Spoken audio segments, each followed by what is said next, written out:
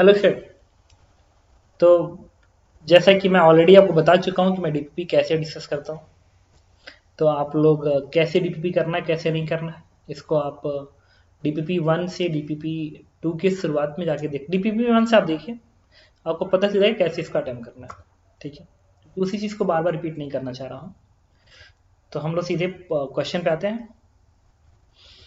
इसमें हमने question number 31 तक ऑलरेडी डिस्कस कर लिया है। 31 तक डिस्कस कर लिया है। ठीक है, हम लोग कंप्रेहेंशन 1 डिस्कस करेंगे। ठीक है, इसमें कह रहा है द टू ब्लॉक, देखिए A and B of mass m and 2m are initially at rest. Length of block B is L, ये लेंथ L है, and block A is placed at a right end of the corner of the block B and friction coefficient between them is 1/2. इसके बीच का friction coefficient 1/2 है। At t0 the constant force F 5 mg/2 being to act on the block B toward the right, इस पे देखिए force लगा हुआ है and this force is 5 mg/2. Just when the block A leave the B, जब A B को छोड़ता है,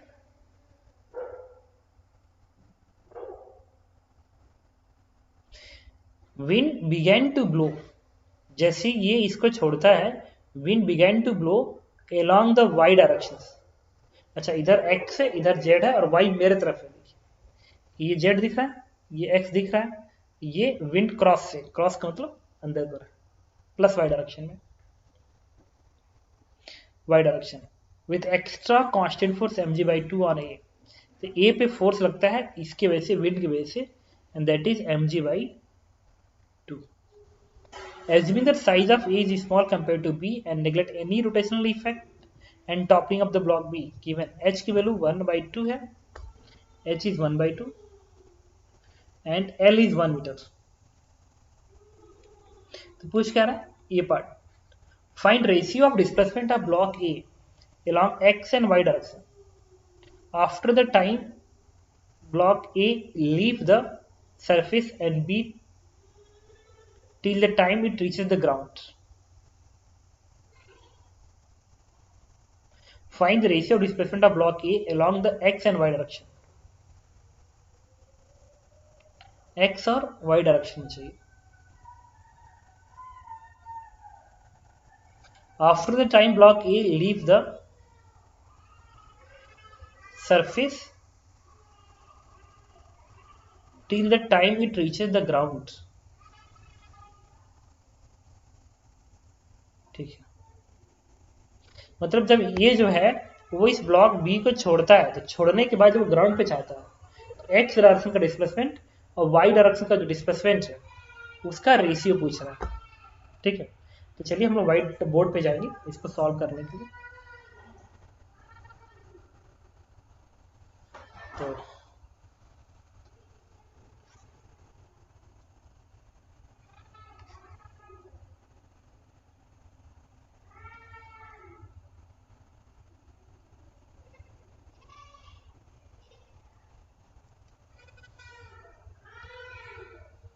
तो मासेस दी गई है small m 2m, this height is 1/2 meter and this length is 1 meter. Wind cross से दिखाया जा रहा है। विंड का जो फोर्स है mg/2 के बराबर है। इस पे जो फोर्स लगा हुआ है दिस वन इज 5 mg/2 और यहाँ का जो फ्रिक्शन कोफिशिएंट है that is 1/2 and ground is frictionless. Ground को फ्रिक्शनलेस है लिखा हुआ डायग्राम में दिया गया है कि ये सरफेस स्मूथ है, दिस म्यू इज 0। उन्होंने ऐसे बना दिया है आपको एक्स एक्सिस, ऐसे जेड एक्सिस बनाया है और क्रॉस से उन्होंने दिखाया है क्या, वाई एक्सिस। तो एक्स एक्सिस ऐसे, जेड एक्सिस इधर और वाई एक्सिस अंदर पर। तो जब इस पे तुम फोर्स लगाओगे ना तो इतना तो कंफर्म हो गया यार, इसको अगर इसके सरफेस को छोड़ना है मतलब इसमें स्लिपिंग होगी। जब इसमें स्लिपिंग होगी तब तो ज्यादा सोच रहे नहीं है, क्या करेंगे हम लोग 32 डिस्कस कर रहे हैं ना, इसका एक्सेशन अलग निकाल लो, इसका एक्सेशन अलग निकाल लो।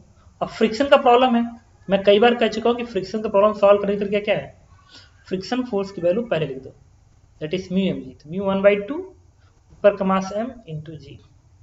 तो चलिए ऊपर वाले ब्लॉक की वीडियो बनाते हैं। ऊपर वाला ब्लॉक कौन सा, ब्लॉक ए है, ये ब्लॉक बी है। चलो ब्लॉक ए की वीडियो बनाते हैं। तो ब्लॉक ए की वीडियो बनाओगे तो जब तुम इसको आगे खींचोगे ना तो इसके सरफेस फ्रिक्शन पीछे लगेगा और ब्लॉक ए पे फ्रिक्शन आगे लगेगा। और फ्रिक्शन आगे लगेगा, कितने का फ्रिक्शन लगेगा आगे की ओर, इट इज 1/2 mg। तो इस ब्लॉक का एक्सेलरेशन अगर a1 है, a1 कैसे आएगा, F बराबर मास इंटू एक्सेलरेशन। तो इस ब्लॉक का मास m इंटू a1, जिससे a1 की वैल्यू क्या आएगी, दैट इज g/2। आप क्या करेंगे, नीचे वाले ब्लॉक की वीडियो बनाएंगे।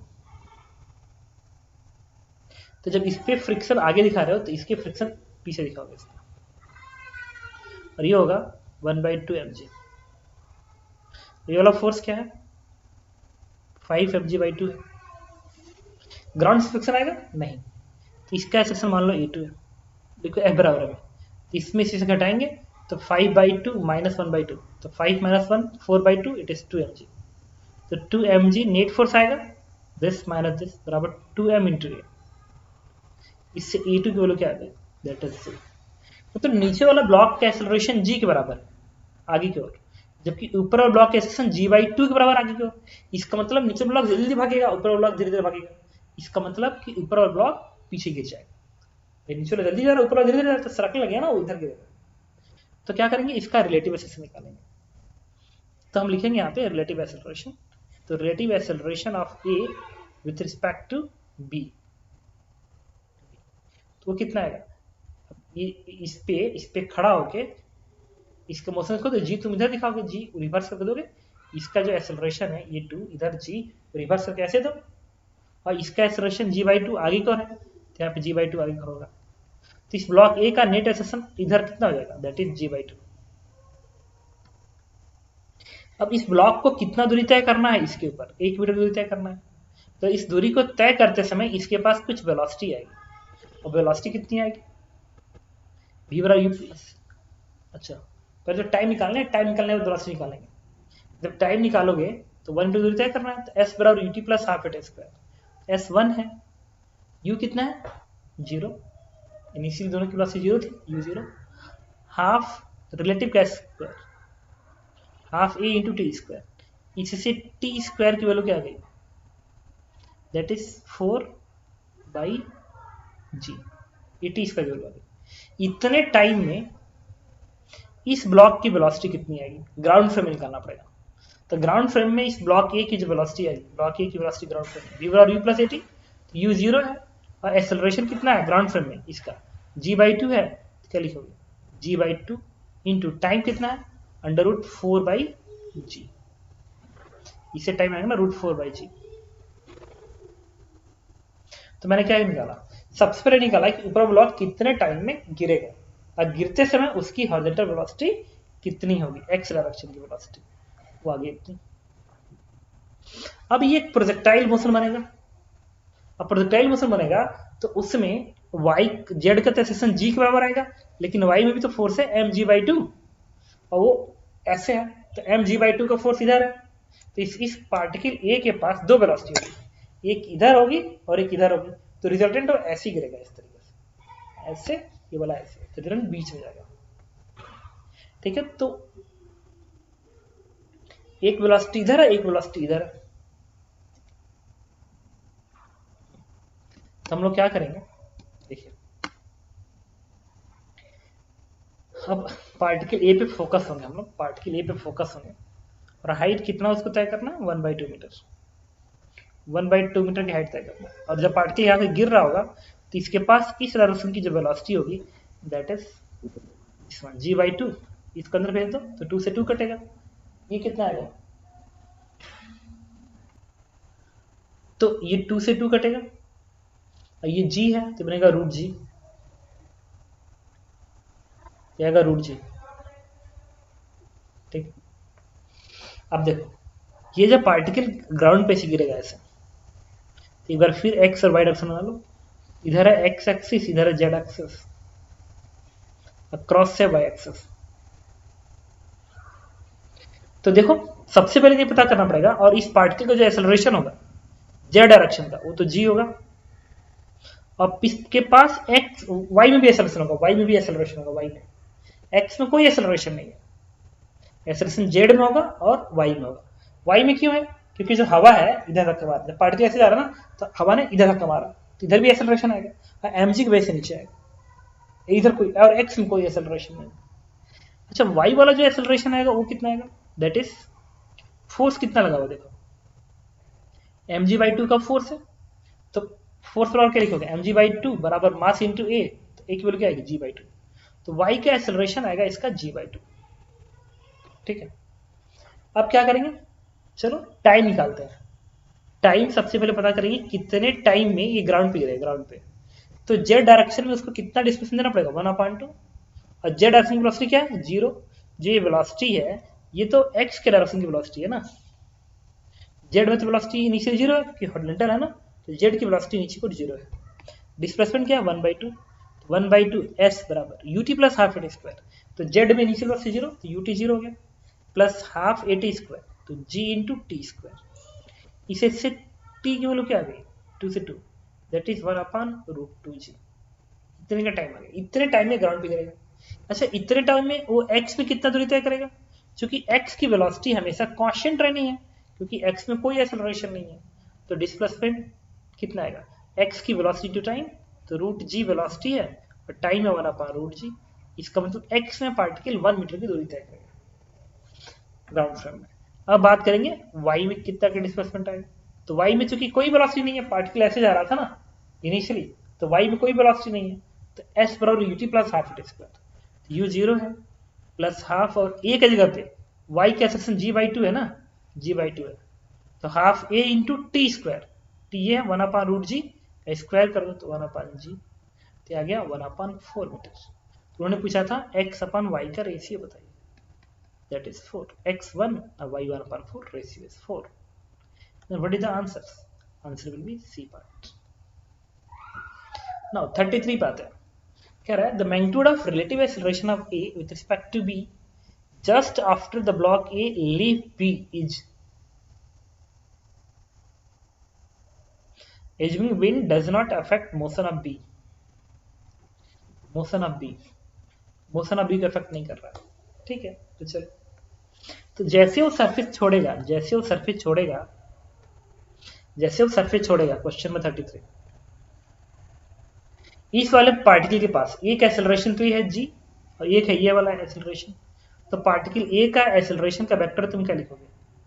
ये जी जेड के डायरेक्शन है ना, तो माइनस जी के कैप, और ये जी बाई टू इधर की ओर, क्या लिखोगे?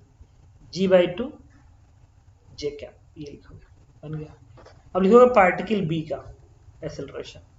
अच्छा पार्टिकल बी पे एक बार जब ये ब्लॉक हट जाएगा, तो पार्टिकल बी पे तो फोर्स के नाम पे सिर्फ यही फोर्स होगा 5 mg/2, इसी का फोर्स होगा इसके ऊपर, क्योंकि ये तो हट गया, तो फ्रिक्शन यहाँ से गायब हो गया छोड़ते समय, जस्ट आफ्टर पूछा ना, तो इसको क्या लिखेंगे? 2m इंटू ए बी, इससे ए बी की वैल्यू क्या आएगी? ए बी इज 2m से 5g/4, देखो 2 नीचे जाके 2 बनेगा, 5g/4, m से m कट जाएगा, और एक्सेलरेशन किधर? x में, क्योंकि डायरेक्शन x है ना, तो आप एक्सेलरेशन क्या लिखोगे इसका? 5g/4 इंटू आई क्या। अब पूछा acceleration of A with respect to B, दोनों घटा दीजिए, तो जब इसमें से आप इसको घटाएंगे तो आएगा -5g/4 आई कैप माइनस प्लस g/2 जे कैप माइनस g/k कैप। हाँ भाई, इसमें से मैंने इसको घटाया है, तो माइनस साइन आई वाला आगे कर दिया, ये वाला तो वैसे रहेगा, वाला अच्छी रहेगा। अब उन्होंने क्या पूछ रखा है? मैग्नीट्यूड पूछा, चलो मैग्नीट्यूड निकालते हैं। मैग्नीट्यूड कितना आएगा इसका? यहां से g कॉमन आएगा, अंडर रूट ऑफ, यहां से आएगा 5/4 का स्क्वायर, तो 25/16, यहां से आएगा 1/4, यहां से आएगा 1, तो 16 यहाँ भी मल्टीप्लाई करो, 16 यहाँ भी करो, 4 यहाँ मल्टीप्लाई करो, 4 यहाँ भी करो, कितना आएगा 20, 25, 45, तो बनेगा जी रूट 45 डिवाइड बाई 4 का टर्म बाहर आ जाएगा और ये आएगा 3 और 9 5 45, तो this relative acceleration is magnitude आने वाला है 3g/4 रूट 5, 3/4 रूट 5g। तो answer is D part. Okay, अब हम लोग डिस्कस करेंगे कॉम्प्रिहेंशन 2। कॉम्प्रिहेंशन 2 में कह रहा है कि a smooth ways of mass m is pulled toward left with acceleration g cot theta खींच रहे हो on horizontal surface as the block of mass m is released with respect to base. The answer of the following is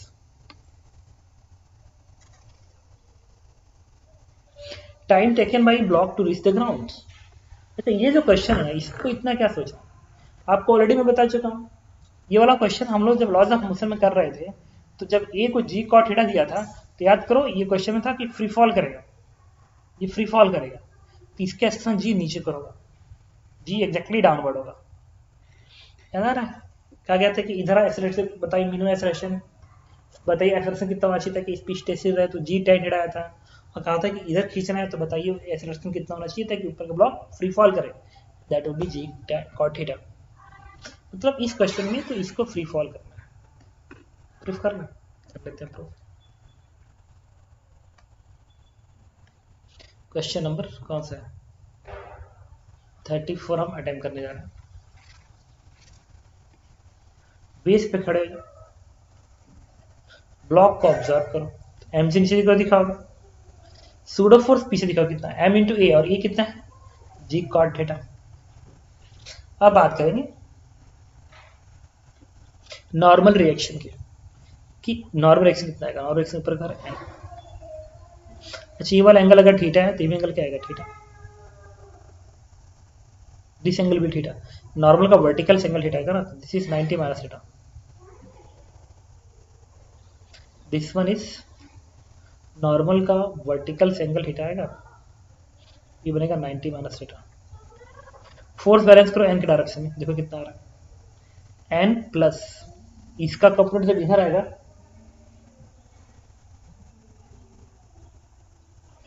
hello, अब अभी मैं class में बाद बात करता हूँ। ये mg का इधर कंपोनेंट बनेगा that is mg cot theta into cos of 90 minus theta, it is sin theta,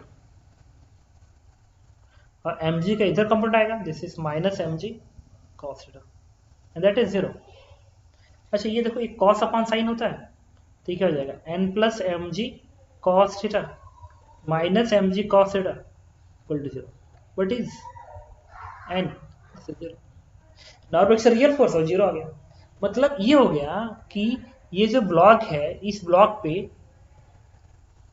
normal से 0 होगा, तो ग्राउंड फ्रेम में इस ब्लॉक पे कौन सा फोर्स होगा, हम बात करेंगे 34 को अगले पेज पे जाके। ग्राउंड फ्रेम में अगर मैं फोर्स की बात करूं इस ब्लॉक पे, तो ग्राउंड फ्रेम में इसके ऊपर फोर्स करना फिर सिर्फ mg होगा ना, और कोई फोर्स होगा नहीं, क्योंकि n तो 0 हो चुका है। जब इसको आपने एक्सप्रेशन दिया है a बराबर g cot थीटा, तो आपने ये पाया कि इसके ऊपर नॉर्मल रिएक्शन 0 है। तो ग्राउंड फ्रेम से अगर तुम देखते हो ऑब्जर्व करते हो तो कहोगे कि इसके ऊपर सिर्फ फोर्स mg काम करेगा, इसका मतलब ये फ्री फॉल करेगा, वर्टिकली डाउनवर्ड करेगा, तो इसका एक्सेलरेशन कितना होगा दैट इज g के बराबर होगा, क्योंकि फ्री फॉल कर रहा है तो एक्सेलरेशन g होगा, इस वेज का g cot थीटा होगा। अब क्वेश्चन क्या पूछा था, time taken by block to reach the ground, यहां से यहां तक आने में कितना टाइम लगेगा, जबकि ये फ्री फॉल कर रहा है तो इतना ही दूरी तय करेगा ना। तो अगर ये दूरी l है तो ये थीटा है, तो ये दूरी क्या होगी l sin थीटा, s बराबर ut plus half at square, तो l sin थीटा u 0 है हाफ एट स्क्वायर, ये कितना है g के बराबर इंटू टी का square. What is t, it is 2l sin theta upon g का अंडर रूट। तो answer A part. Normal reaction कितना होगा प्रूफ किया है that is 0। Normal reaction afforded by the ground on the wedge, wedge पे base कितना लगेगा only that is mg, only mg। क्यों mg? भाई जब ये इसके साथ कांटेक्ट में ही नहीं है, जब ऊपर वाला ब्लॉक इसके साथ कांटेक्ट में ही नहीं है, तो ये वेज अकेला है, तो n की वैल्यू कितनी आएगी? ये वाला है, इसी के वेट को बैलेंस करेगा कैपिटल mg को, y में फोर्स बैलेंस होगा, n1 माइनस mg बराबर 0, n1 इज mg। ओके, इसके बाद हम डिस्कस कर जा रहे हैं क्वेश्चन नंबर 37। इसमें कह रहा है, देखिए, 3 identical uniform block of mass m and each of length l placed on the smooth fixed horizontal surface. There is friction between A and B, इसमें, while there is no friction between A and C। ठीक है, मतलब ground भी friction less है, ये वाला भी surface friction less है, बट यहां का फ्रिक्शन भी है।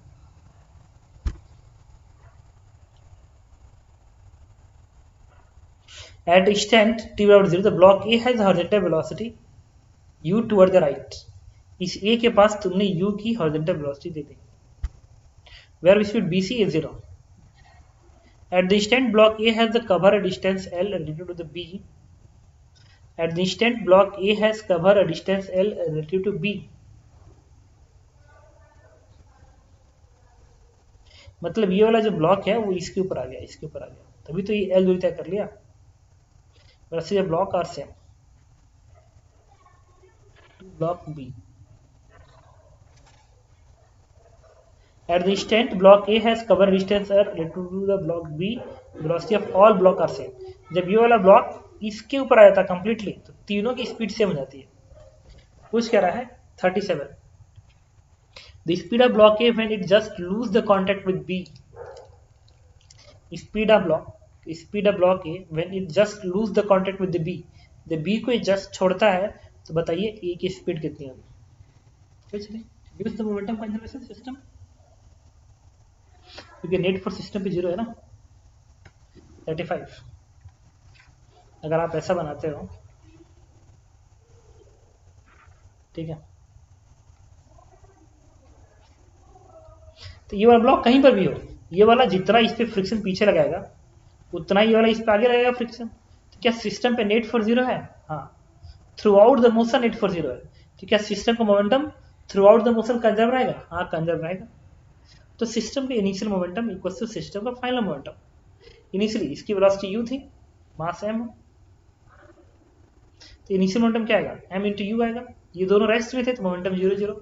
और अब फाइनल मोमेंटम, फाइनल तीनों की वेलोसिटी इक्वल होगी, तो अगर इसकी भी हो गई, इसकी भी, तो इसका मोमेंटम m इंटू v, इसका भी m इंटू v, इसका भी m इंटू v, इसका मतलब total momentum is 3mv। What is v? u/3। इसका मतलब फाइनल जो आंसर आएगा that is u/3, B part answer. The magnitude of total work done by the friction force on the system of the 3 block. मतलब system पे friction ने कितना work done किया? Work done क्या होता है? Change of kinetic energy of system. क्या करेंगे हम लोग 38 में? सिस्टम की काइनेटिक एनर्जी चेंज करेंगे, दैट इज वर्डन। तो फाइनल एनर्जी सिस्टम का एक पार्टिकल एनर्जी क्या होगा? हाफ m इंटू v का स्क्वायर, v इज u/3। ये एक पार्टिकल एनर्जी है, लेकिन ऐसे 3 पार्टिकल हैं तो इतनी एनर्जी हो गई। उसमें से क्या करेंगे? इस सिस्टम की इनिशियल एनर्जी हटाएंगे। इनिशियल स्पीड u थी बट एक के पास थी, that is half m u square, और इन दोनों की एनर्जी 0 थी, काइनेटिक एनर्जी। तो इसी से वैल्यू क्या आएगी? डेल्टा के। ये क्वेश्चन नंबर कौन सा था? 38 है, ये 37 था। 38 आप डिस्कस करना। डेल्टा के कितना आएगा? यहां से आएगा, 3 का टर्म यहां आएगा, तो बनेगा m u स्क्वायर अपॉन 6, 3 6 बनेगा, और ये क्या बनेगा? Half m u square. अब यहाँ 3 यहाँ पे 3 मल्टीप्लाई करो तो बनेगा -2 m u square by 6, then value is -m u square by 3। तो इसका आंसर हो जाएगा माइनस, ए पार्ट आंसर हो जाएगा 39। The value of mu is, mu की वैल्यू कितनी होगी? अब इसके लिए क्या करेंगे? अगर फ्रिक्शन का वर्डन निकाल लिया है आपने, जब फ्रिक्शन का वर्डन आपने निकाल लिया है तो क्या करेंगे? वक्र चित्र में लगा देंगे। फ्रिक्शन का वर्ड नहीं आएगा सिस्टम पे। ओके ठीक है, तो फ्रिक्शन का अगर वर्डन निकाला जाए तो फ्रिक्शन तो वेरिएबल बनेगा यहाँ पर।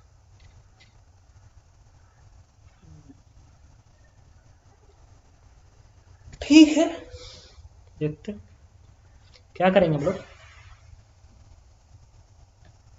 39 किसी टाइम पे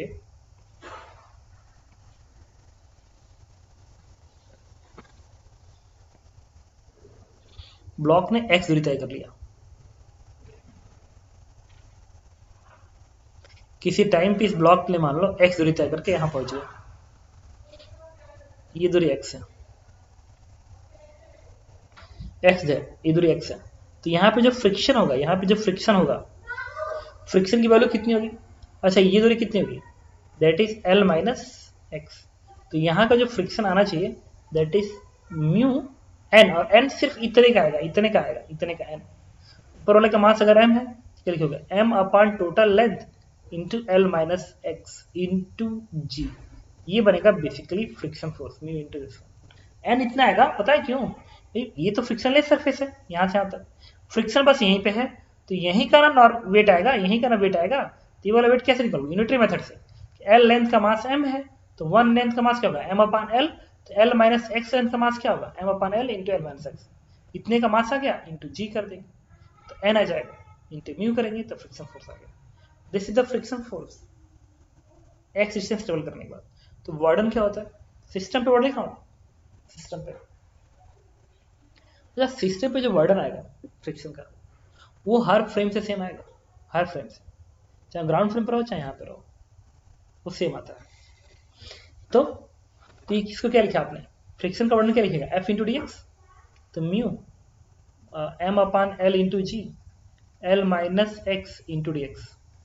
नाउ इंटीग्रेशन, इंटीग्रेशन में कहाँ से कहाँ तक लिमिट चलेगा भाई? यहाँ पे जब ब्लॉक होगा तो जीरो बनेगा, जब यही ब्लॉक वापिस यहाँ पर जाएगा तो ये दूरी x बन के क्या हो जाएगी? L हो जाएगी। जब ये वाला एंड यहाँ पर होगा तो ये x जीरो रहेगा, तो ये वाला एंड जब यहाँ पर जाएगा, यहाँ पर जाएगा, तो ये वाला x बढ़ के L हो गया ना, L हो गया ना। तो ये वैल्यू क्या आएगी? This one is mu M G upon L, ये बनेगा LX। तो लिमिट प्लेस करेंगे क्या आएगा? L का स्क्वायर बनेगा। ये बनेगा x स्क्वायर बाई 2, तो लिमिट प्लेस करोगे तो L स्क्वायर बाई 2 बनेगा। That is mu M G L upon 2। इतने ऑर्डर आ गया, माइनस इसलिए क्योंकि फ्रिक्शन अपोजिट है, डिस्प्लेसमेंट आ गया। ये वर्डन है सिस्टम पे, और ये इक्वेट किसको करेगा? इस एनर्जी को इक्वेट कर देगा। इसी को इक्वेट कर दो m u स्क्वायर अपॉन 3 से, इससे म्यू की वैल्यू क्या आ गई? m से m कट गए, that is minus 2/3 u square upon g L. ये किस ऑप्शन में दिख रहा है? 2/3 का term, that is D part. तो answer is D part. Minus नहीं प्लस रहेगा, माइनस से माइनस हट जाएगा ना, ठीक है। ओके 39 पे आ गया। अच्छा एक बार रिपीट कर दो, सिस्टम पे फ्रिक्शन का बर्डन इज फ्रेम इंडिपेंडेंट, ठीक है, and that will be negative if friction is kinetic. Okay 39 के बाद क्वेश्चन नंबर 40 पे आता है। क्वेश्चन नंबर 40 कह रहा है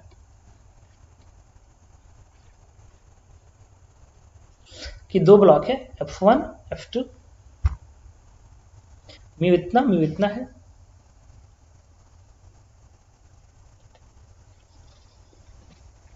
इनिशियल बोथ ब्लॉक रेस्ट इतना टीवर कांस्टेंट हॉरिजॉन्टल फोर्स इतना F1 F2 friction 10 kg 20 kg इतना,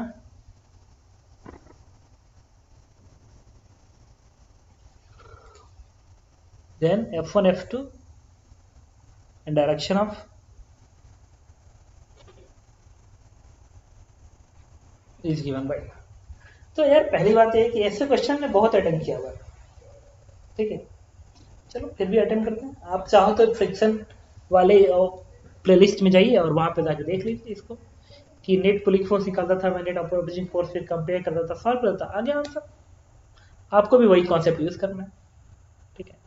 चलिए बट बताता हूँ, व्हाइट बोर्ड पे आते हैं।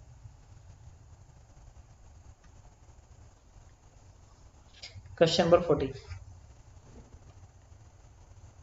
दो ब्लॉक 10 kg 20 kg 0.5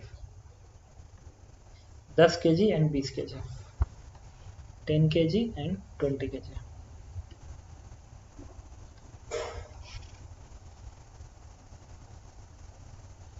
ये 10 kg का है,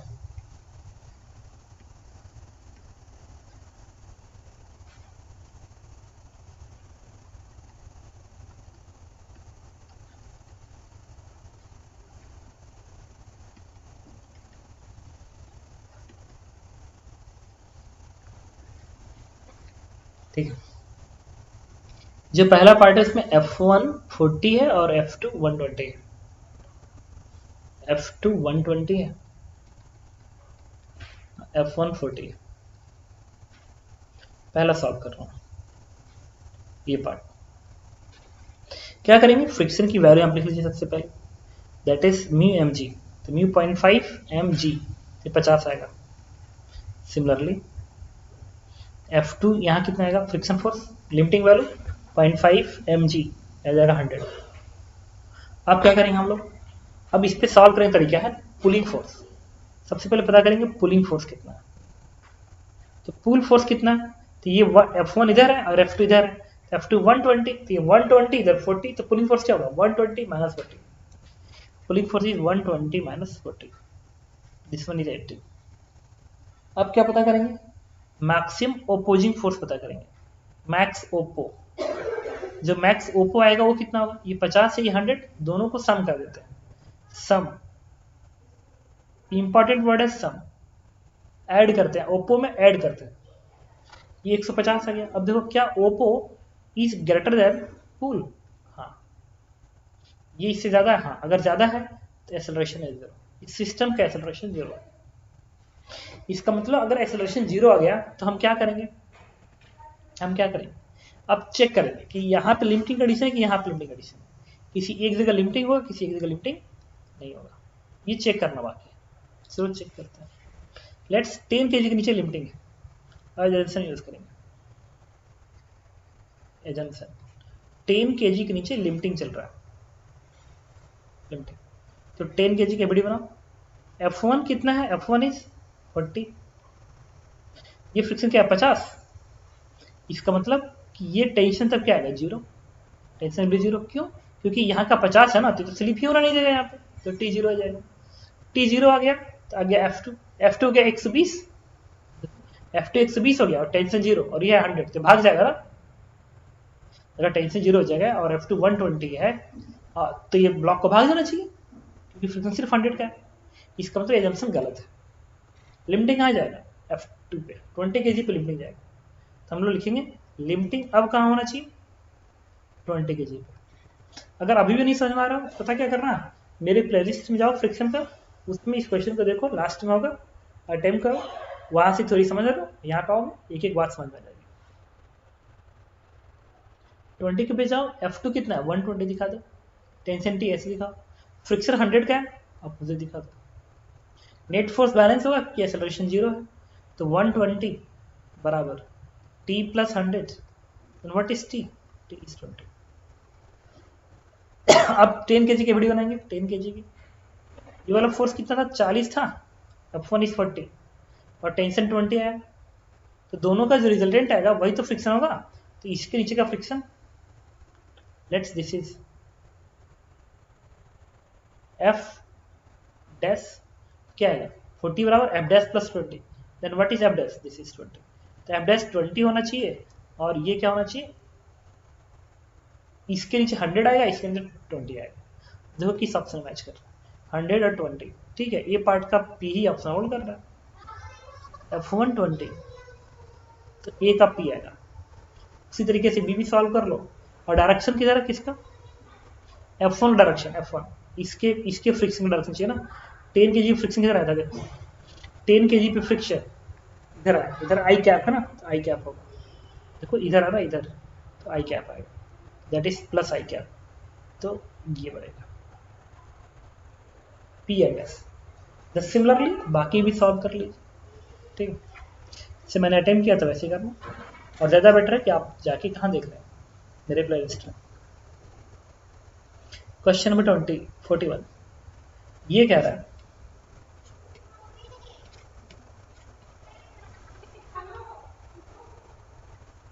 देखिए a square platform of side length 8 mm, ये भी 8 mm है, और अच्छा ये 8 mm है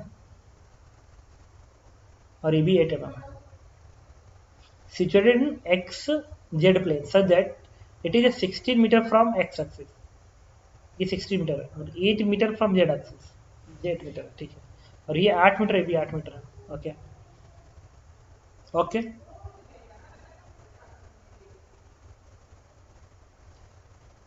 a particle is projected with the velocity v 2 I cap plus 25 j cap,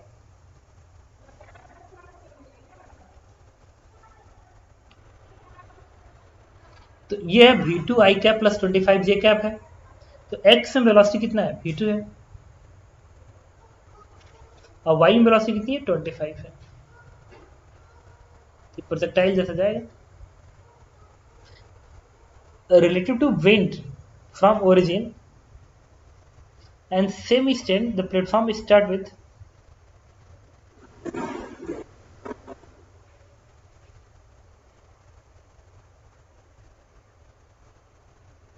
wind from origin से फेंका गया, at the same instant platform start accelerating with 2 I cap plus इतना j cap, इसका एक्सेलरेशन भी आ गया। Wind is blowing with velocity of v1 k cap,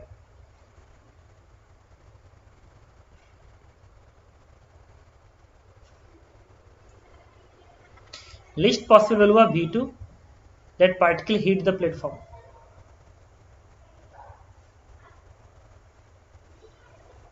list value of v1 particle hit the platform, if t is the time after particle hit the platform then 2t is equal to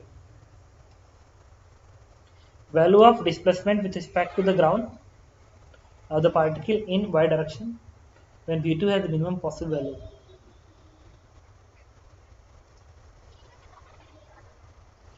ठीक है, सबको ground पे मिलेगी, चलो ठीक है,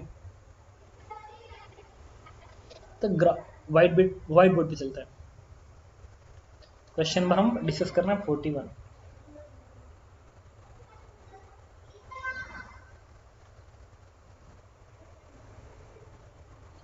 सबसे पहले देखिए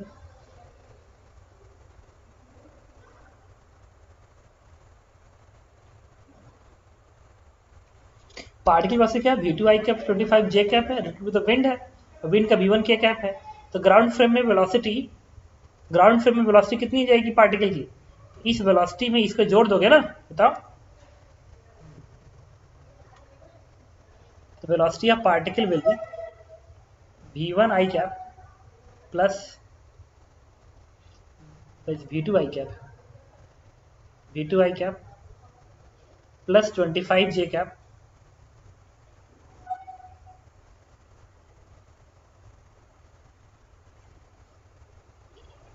प्लस v1 k cap,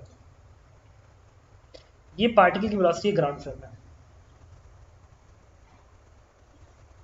और जो ये पार्टिकल है ना, इसको ये लिख लो, पार्टिकल को ये लिख लो, और जो प्लेटफॉर्म है उसको p से लिखो। ये पार्टिकल ए की वेलोसिटी इतनी थी, प्लेटफॉर्म की वेलोसिटी, प्लेटफॉर्म के बाद एक्सेलरेशन है, स्टार्ट विथ एक्सेलरेशन 2 और 25, 2 और 2.5 है acceleration, 2 I cap plus 2.5 j cap है, बट एक्सेलरेशन है यार।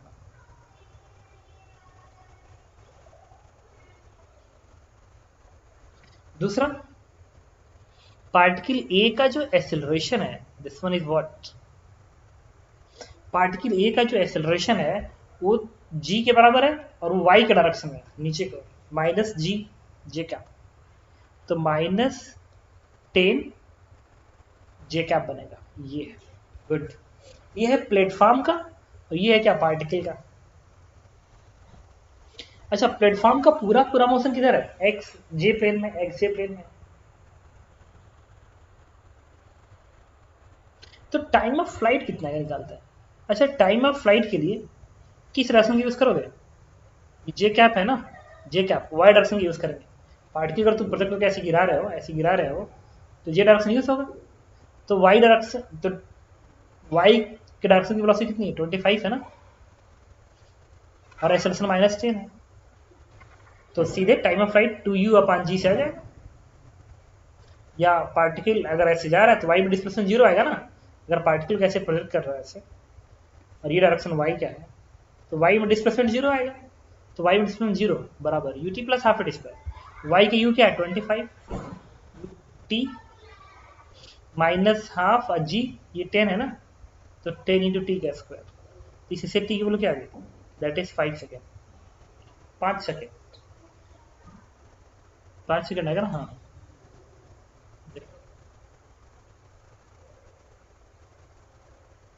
इसमें एक प्रॉब्लम है, if the t is the time after particle hit the platform is then 2t is equal to, तो 20 नहीं है, 864, इसमें 10 तो दिखना चाहिए ना।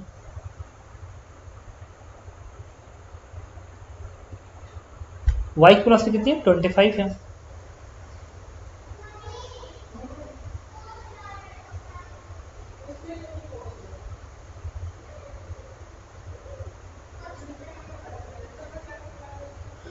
नहीं, पार्ट प्लेटफॉर्म का एक्सेलरेशन में कुछ गड़बड़ है क्या। हाँ, प्लेटफॉर्म के एक्सेलरेशन में गड़बड़ है। जो 22.5 जे कैप है, इसका मतलब ये है कि ये जो प्लेटफॉर्म है वो एक्स में भाग रहा है और वाई में भी भाग रहा है। ठीक, तो अब इसकी दिक्कत है ना। ठीक, ओके, इसलिए गड़बड़ होगा। हम लोग क्या करेंगे, तो इस एक्सेप्शन के भी हेल्प लेना पड़ेगा, डिस्प्लेसमेंट 0 नहीं होगा तो रिलेटिव एक्सेप्शन की हेल्प लोगे। और क्या, हम टाइम ऑफ फ्लाइट के लिए सॉल्व करेंगे y direction. Time of flight के क्या सॉल्व करेंगे, वाई डायरेक्शन, वाई डायरेक्शन निकालेंगे। तो वाई डायरेक्शन में पार्टिकल ए का acceleration with respect to platform कितना होगा। तो पार्टिकल ए का जो एक्सेलरेशन है, एक्सेलरेशन -10 जे कैप है और ये 2.5 जे कैप। तो ए का एक्सेलरेशन पी के फ्रेम में कैसे निकालोगे, इसमें से इसको घटाओगे ना, वाई वाला, वाई डायरेक्शन का एक्सेलरेशन घटा दो, इसमें से इसको क्या आएगा, -12.5 आएगा। और वाई डायरेक्शन में वेलोसिटी कितनी है, 25 है। तो प्लेटफॉर्म पे खड़े हो गए। अब वाई डायरेक्शन की पार्टिकल की velocity with respect to platform, y direction वाला, सिर्फ वाई वाला पता करना है, वाई वाला। तो वाई में वेलोसिटी इसका 25 है, प्लेटफॉर्म पे वाई में कोई वेलोसिटी नहीं है, दैट इज ओनली 25। तो अब प्लेटफॉर्म रेस्ट में आ गए, अब पार्टिकल वेलोसिटी 25 है, ऊपर जाएगा फिर नीचे आएगा, तो डिस्प्लेसमेंट 0, एस 0, वाई में यू टी, यू कितना है 25 टी माइनस हाफ, और एक जगह पे 12.5 into T square. What is T, T आएगा, इसको इधर भेजो, तो 25 दूनी 50 अपान 12.5 आएगा, तो 12 चौको 48, इट इज 4 सेकेंड। तो 2t पूछा, तो 2t की वैल्यू क्या आएगी, 8। इसका मतलब कि ये जो आंसर है ना 2t, इसका आंसर 8 आएगा। अब क्या रहा है, list possible value, P part, list possible value of v2 so that particle hit the platform. Platform को हीट करे तो पॉसिबल वैल्यू क्या होनी चाहिए, तो इतने टाइम में, और ये कैसे भाग रहा है, ऐसे भाग रहा है ना, लिस्ट पॉसिबल वैल्यू।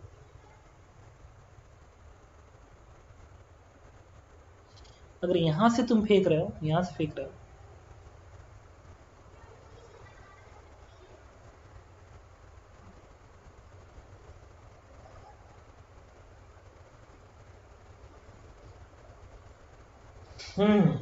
चलो प्लेटफॉर्म की फ्रेम से देखेंगे तभी जाके समझ में आएगा। नहीं, प्लेटफॉर्म पे खड़े हो जाओ, अब प्लेटफॉर्म पे खड़ा होना पड़ेगा, ये ओरिजिन है, और जे का मोशन खत्म करो, इसलिए जे का मोशन इसलिए खत्म करो क्योंकि प्लेटफॉर्म के फ्रेम से पार्टिकल का मोशन को ऑब्जर्व करते हैं, प्लेटफॉर्म का रेस्ट करेगा। तो यहाँ पे प्लेटफॉर्म को रेस्ट में कर दिया।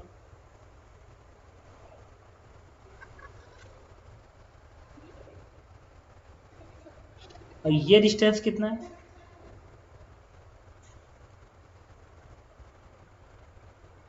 ये डिस्टेंस कितना है 16 8, ये 8 मीटर है, ये 16 मीटर है, और ये भी 8 मीटर है, और ये भी 8 मीटर है। और ये प्लेन कौन सा है, X Z plane, motion X Z plane हो रहा है ना, हाँ ये एक्स प्लेन है और ये जेड प्लेन है, एक्स जेड में। तो एक्स जेड प्लेन में पार्टिकल का एक्सेलरेशन,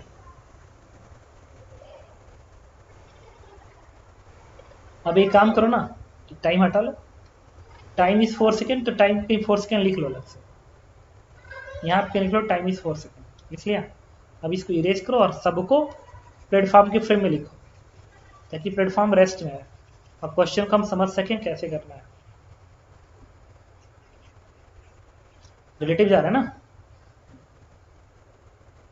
तो सबसे पहले लिखेंगे पार्टिकल ए की वेलोसिटी प्लेटफॉर्म के फ्रेम में। तो प्लेटफॉर्म के पास तो सिर्फ एक्सेलरेशन है, तो वेलोसिटी नहीं, तो फिर यही हो जाएगा, फिर ये हो जाएगा, तो v2 i cap plus 25 j cap plus v1 k cap. अब पार्टिकल का एक्सेलरेशन प्लेटफॉर्म के फ्रेम में, एक्सेलरेशन प्लेटफॉर्म के फ्रेम में, तो इसमें से इसे घटा दोगे तो क्या बनेगा -2i कैप, इसमें से इसको घटा रहा हूँ ना, तो -2i कैप, और जब इसमें से घटाओगे तो -12.5 j कैप बनेगा। अब हम इसका सॉल्व कौन सा प्रिंट कर रहे हैं, x और z कर रहे हैं, तो x ये है तो हमें इससे मतलब है, इससे अब इससे मतलब नहीं रहा क्योंकि ये तो टाइम के लिए बस यूज हो रहा है, ये वाला इसे हटा दो, इतना हम समझ रहे हैं। तो x में क्या है v2, x में v2, y में क्या है v1, और पार्टिकल का एक्सेलरेशन -2i क्या, मतलब इधर एक्सेलरेशन है 2 के बराबर।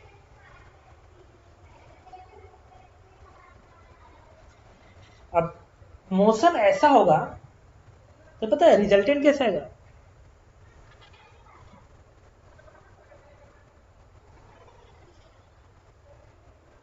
कम से कम इसको 8 मीटर की दूरी तय करनी पड़ेगी, इसको यहां तक पहुंचना पड़ेगा।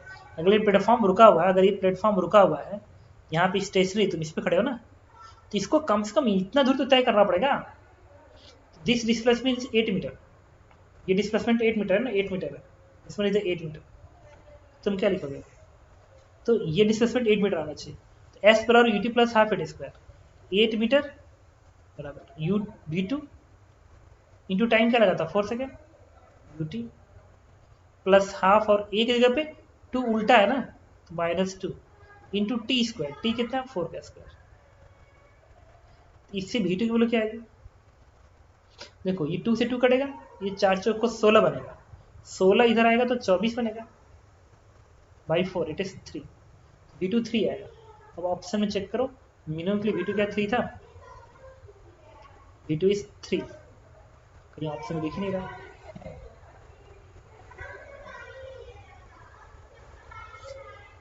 हिट द प्लेटफॉर्म या एज ऑफ प्लेटफॉर्म,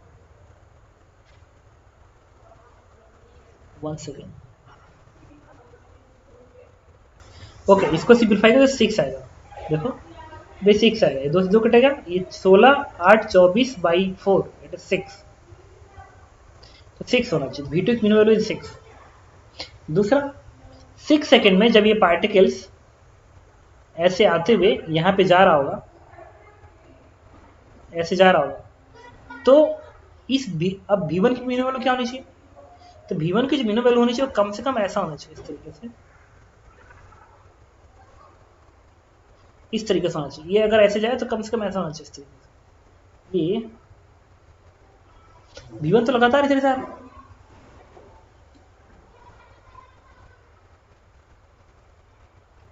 अब देखिए ये ऐसे आएगा, लेकिन एक और चीज़ है, पता है क्या, इसमें कम से कम ऐसा होना चाहिए,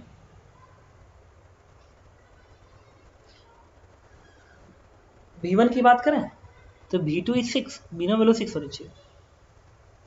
अब V1 जो होना चाहिए कम से कम ऐसा होना चाहिए, ताकि जब ये ऐसा ही पैराबोला कुछ ऐसे बनाएगा, basically this make the parabola ऐसे, कम से कम ऐसा तो होना चाहिए कि ये ऐसे V1 की, अच्छा अगर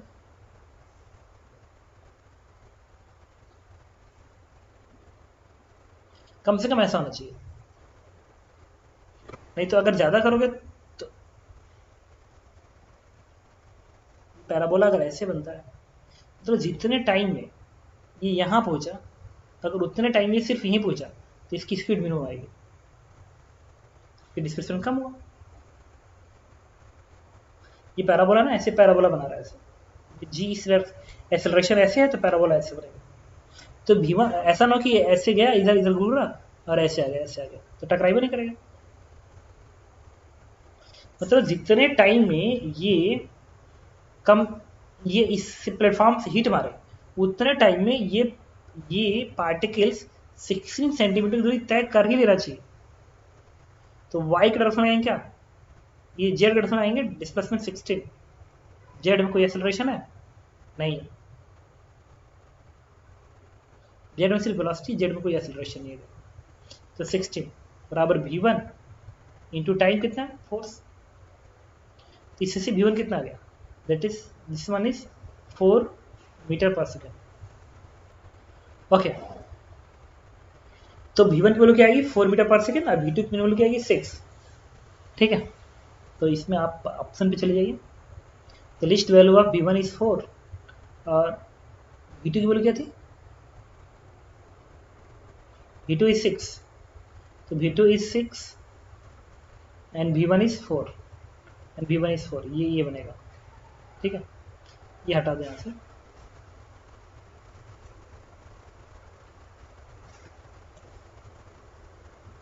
ये हटा, बस। तो हमने P क्यू आर बता दिया। The value of displacement with respect to the ground for the particle in y direction when V2 has minimum possible value. The value of displacement with respect to the ground when particle in y direction when V2 has minimum possible value each. Value of displacement with respect to the ground के frame में in meter of the particle in y direction when V2 has minimum possible value till particle hit the platform of A is a platform. y में displacement क्या आएगा,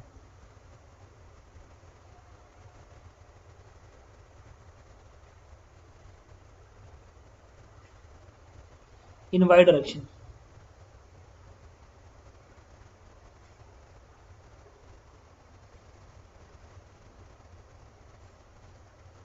तो y में तो displacement 0 हो जाएगा। ओके, ये कह रहा है ग्राउंड फ्रेम में उस पार्टिकल का डिस्प्लेसमेंट कितना होगा ग्राउंड फ्रेम में, ठीक है। तो पार्टिकल को तुमने फेंका है, देखो पार्टिकल को तो प्लेटफॉर्म रेस्ट में कर लियो ना, जब पार्टिकल से फेंकोगे प्लेटफॉर्म ऊपर भी तो जा रहा था, जैसे गिरा, तो पार्टिकल वाई डायरेक्शन में कितना डिस्प्लेसमेंट पाया, तो जितना प्लेटफॉर्म वाई में पाया होगा, तो वाई में लगा दो u t plus half at square, तो वाई में जो लगाओगे u t plus half at square, देखो कितना आएगा, वाई में लगाओगे यूटी, वाई में पार्टिकल की वेलोसिटी ग्राउंड फ्रेम में कितनी है 25, टाइम कितना है 4 सेकेंड, माइनस हाफ जी 10 है वाई में, इंटू टी का स्क्वायर 4 का स्क्वायर, सॉल्व कर दो आंसर आ गया, ठीक है। इसके बाद हम आते हैं क्वेश्चन नंबर 42 पे। तो ये कह रहा है कि the 3 block mass m1 m2 all the surface friction is pulley constant force F applied in the block m1 pulley and इतना और this are connecting vertical screen connecting इतना इतना the section of m1 m2 ऐसा पूछ रहा है। क्या करेंगे, एबीडी बना लो। अच्छा, इसकी एबीडी बनाओगे, इस स्मॉल m2 की, मैं इस m2 की एबीडी बना रहा हूँ, m2 की, ये वाला f है, यहाँ पे t आएगा मान लो t, तो यहाँ पे क्या दिखाओगे t, फिर इस पुली पे t दिखाओगे, इस पुली पे t दिखाओगे, फिर ऐसे t दिखाओगे, फिर ऐसे t दिखाओगे। तो तुम देखो और इस ब्लॉक पे टी दिखाओगे। तो एफबीडी में कायदे से पता क्या तुम्हें दिख रहा है, अगर मैं इस पुली को हटाऊं, अच्छा इस पुली का फोर्स ये टी इधर है, इस पुली पे ये टी इधर है, ये टी ऊपर, ये टी ऊपर, इसका मतलब इस ब्लॉक पे कोई फोर्स ही नहीं है। इस ब्लॉक पे बेसिकली कोई फोर्स ही नहीं है अगर सही से देखो तो। इसका मतलब ये क्वेश्चन कुछ इस तरीके से कि ब्लॉक है मास एम का, ऊपर एक ब्लॉक है, ये कैपिटल एम मास है, और ये इस m2 का मास है, यहीं पे टेंशन टी है, यहीं पे टेंशन टी है, ये टी सिर्फ यहाँ पे है, ये टी इस टी से कट करा दूंगा और ये टी इससे कट करा दूंगा, इस पे कोई फोर्स नहीं है, और m1 अलग मान लो ऐसे, जो कि बाद में कांस्टेंट के लिए जरूरत के लिए काम आएगा। m1 पे f फोर्स काम कर रहा है और t फोर्स काम कर रहा है, और कोई फोर्स काम कर रहा है नहीं। बेसिकली ये क्वेश्चन है, क्या कर रहा है क्वेश्चन में, ऑल सरफेस आर फ्रिक्शनलेस, सारी सरफेस फ्रिक्शनलेस है ना, इंपॉर्टेंट वर्ड है, सबके सब फ्रिक्शनलेस है। इसका मतलब कि अगर यहाँ पे फ्रिक्शन जीरो है तो कैपिटल एम का एक्सेलरेशन क्या आएगा, जीरो, तो acceleration of capital M is zero.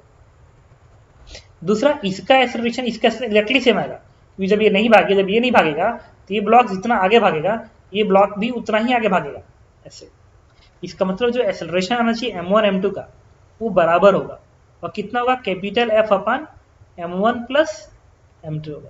तो acceleration of m1 is this one, acceleration of m2 is again this one, acceleration of capital M is zero,